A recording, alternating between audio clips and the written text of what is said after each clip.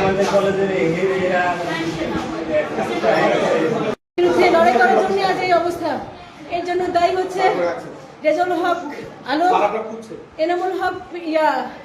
এনামুল হক ভারপ্রাপ্ত ছিলেন, যে মুখলেসুর রহমান কমিটির কনভেনর ছিলেন, আর শফিকুর রহমান ম্যানেজমেন্ট, আর খণ্ডকালীন যেটা খণ্ডকালী নিয়ে আছে রুস্তম আলী টাকা দিতে না পারার জন্যে ওই সবাইকে উস্কানি আরো দিয়ে সবাইকে নিয়ে সেই অবস্থা করলো আমাদের। ওনাকে টাকা দিতে হয় প্রতি মাসে ওনাকে টাকা দিতে হয়।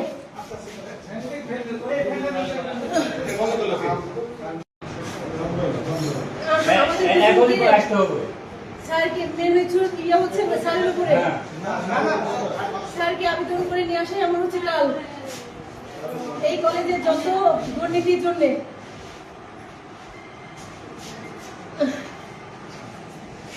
আমি সাংবাদিক ভাই আপনাদের কাছে বলছি, আমার